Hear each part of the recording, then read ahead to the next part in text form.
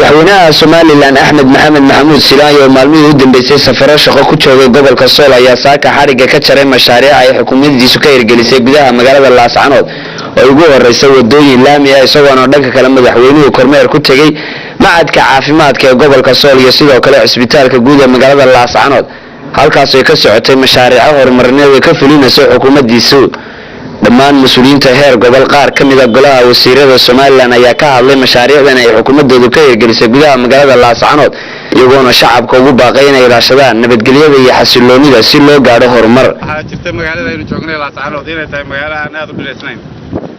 waxaan ugu talagalay markii aad soo badashay inaynu dirayno magaalada adigoo ka cashanay wasaaradda deegaanka waxaanu qorsheynay geedka dhamasta lagu beero magaalada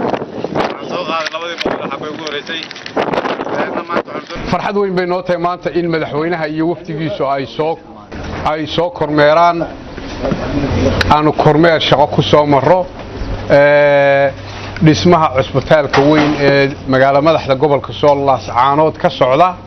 madaxweynuhu halkan wuxuu u yimi inuu indheeyo shaqada halkan ka socota horumarka laga wado halka uu marayo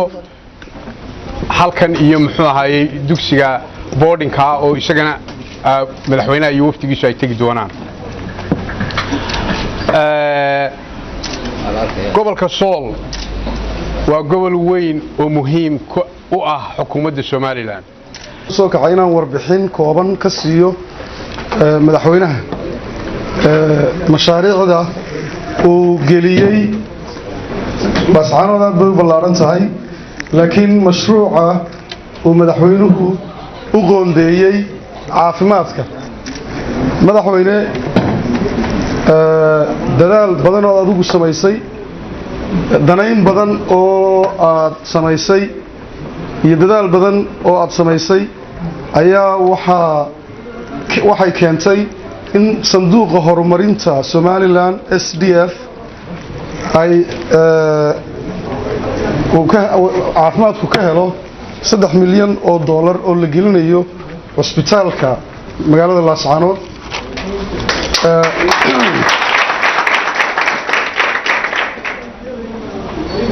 muddo sanad iyo dheeraad ka hor ayaa hawshaasi dhamaatay madaxweyne gabagabadina madaxweynaha Soomaaliland oo halkaas khudbad ka soo jeeday ayaa sheegay in xukuumaddiisu ay mar walba diyaar u tahay waxqabadka bulshada ku dhaqan guud ahaan gobolka Sool ayna sii wadi doonaan horumarka ka socda guud ahaan gobolka Sool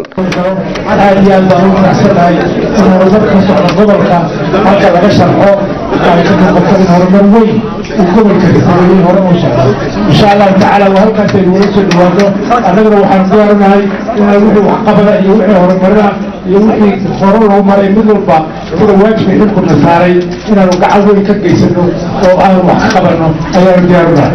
سمير سعيد بلا تلفزيون مدح بنان بولشو Laascaanood.